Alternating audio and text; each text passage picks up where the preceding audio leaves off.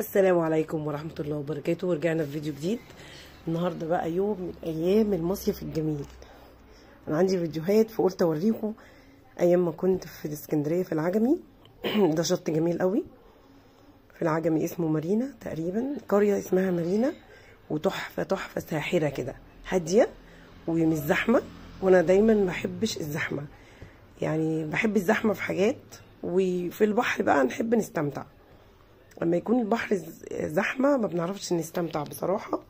لا، البحر دوت، الشط دوت او القريه دي تحفه جميله. بصوا هاديه، بصوا انا ماشيه لوحدي يعتبر.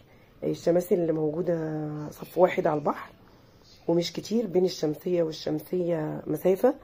وبصراحه بصوا الولاد بتلعب والدنيا هاديه وجميله. وفي برجولات كده، برجوله يعني اللي مش عايز يقعد تحت الشمسيه وحابب يقعد بعيد يقعد تحت البرجوله دي. احنا كنا مجموعه كبيره فكنا قاعدين تحت برجوله، ما كناش وشويه ونقلنا برضو تحت الشماسي، قربنا من البحر يعني. احنا كنا قاعدين كتير في اسكندريه فكنا بنشبع بقى، كل يوم كنا بنروح حته بصراحه. بصوا الاعداد دي، لو في فرح بالليل، سهره بعد بالليل بينوروا الانوار بقى والاعداد ديت وكافيهات، ويقدموا مشروبات وحاجات بصراحه جميله. بصوا المنظر، يعني لو في عروسه وعريس حبوا يعملوا فرحهم في القريه دي تبقى تحفه. انا عاجبني المنظر قوي، وهقعد وهجرب القعده دلوقتي. بصوا اخر شياكه واخر جميل. في حد عايز يتكلم في مشروع، في موضوع، يقعدوا بقى كده ويشربوا حاجه ويقعدوا على الانتريه ده، جميل بصراحه. الشط ده جميل ومريح كده نفسيا.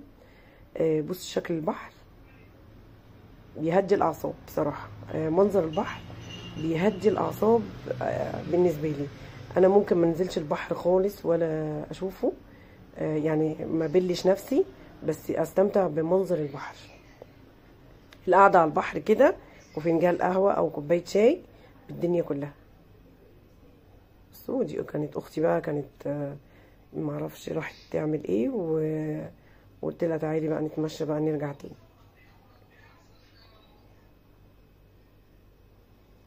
البحر كان جميل واللمة حلوة مع العيلة بصراحة، بتبقى ألذ.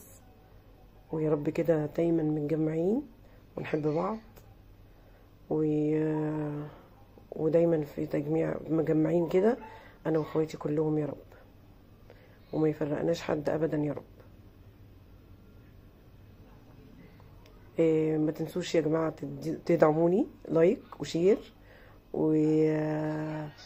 وكومنت حلو منكم، وعشان اقدم لكم حاجات كتير، محتوية يوميات ملح وسكر. هقدم لكم حاجات كتير جدا، وقولوا لي افكار برضو نعملها سوا. وعايزه اعمل لكم حاجات جميله، وعايزه نخترع مع بعض، يعني اعمل اكلات من كل بلد، يعني اشهر اكله في كل بلد اعملها لكم، ونعملها بطريقه مصريه ومع تاتش مصري بقى كده بسيط. طبعا انا مش هعرف اعملها زيهم، بس هنقرب المسافات يعني زي ما بيقولوا، يعني نحاول نعملها زي ما هم بيعملوها. طبعا في البلاد عندهم توابل، عندهم حاجات مش زي عندنا، في حاجة بتبقى مشهورين بيها واحنا ما عندناش، فبنحاول نقرب المسافات من اول نقرب. يعني هم بيحطوا زبادي، انا ما عنديش، احط رايب، احط لبن، احط كريمه لباني، يعني مثلا انا بمثل يعني. فعايزين نخترع مع بعض بقى اكلات كده، وكل اللي عنده اكله يقول لي اعملها له. انا بعمل اكل كتير واكلي يعني الناس بتقول ان هو كويس اللي دقوه يعني. فانا حابه كل اللي عنده فكره يقولها لي برضو انفذها. بصوا منظر البحر ساحر، بصوا جميل بصراحه. البحر كان جميل قوي، بس في يوم من ايام البحر ده كان غدار وكنا هنغرق انا واخواتي وعيالنا، يعني انا واختي دي وعيالها وعيالي. كنا ولادها وولادي كنا في البحر، وفجأة لقينا نفسنا في دوامة. الرملة بقت تاخدنا ناعمة وتنزل وتغوص، وما بقيناش عارفين نخرج. بس الحمد لله الحمد لله عدت بسلام. البحر بقى النهارده في اليوم ده كان هادي خالص. انا مش فاكره اليوم ده نزلت ولا لا بصراحه، بس في ايام نزلت لما البحر كان هادي كده. خلصنا يومنا في البحر ورجعنا بقى، واحنا راجعين بتاع الذره دوت على ناصيه البحر. فكنا واحنا معديين بقى نشوينا كل واحد كوز ذره كده، عبال ما نروح بتصبر بيه عبال ما نشوف هناكل ايه. لو عاملين اكل نعمل، ولو مش عاملين مش هنعمل يعني النهارده، بنطلب اكل ايه من بره. فعبال ما يجي الاكل او نطلب ونشوف هناكل ايه، كنا بنصبر نفسنا بكوز الذره ده.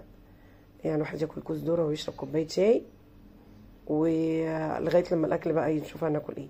اليوم ده اكلنا سمك، واغلب الايام كنا بناكل سمك، بس اليوم دوت احمد ابن اختي كان جالنا يوم هو وواحد صاحبه واتغدوا معانا ومشوا. فاليوم دوت احمد عزمنا، يعني راح جاب سمك، خد احمد ابني وراحوا جابوا سمك وشووه وعملوا اكل. لا اليوم ده ما كانش سمك، لا لا لا، رحنا جابوا فراخ وانا تبلتها وشويناها، صح كده افتكرت. تبلنا فراخ واكلناها، وبعد ما اتغدينا وما مشوا ايوه كده افتكرت. اصل في ايام كتير كان سمك، والسمك هناك بصراحه في اسكندريه تحفه. وكوز الذره دوت بقى ما اقولكوش جميل ولذيذ، ويوم من ايامي كده في البحر. كل يوم في ايام تاني هوريها لكم. ورحت الزنقه اللي هي اسمها حته حي المنشيه وصورت هناك، وهبقى برضه هنزل لكم الفيديو ده. كل يوم هنزل لكم فيديو انا كنت هناك، بس انا ما كنتش رايقه يعني، فحبيت اوريكم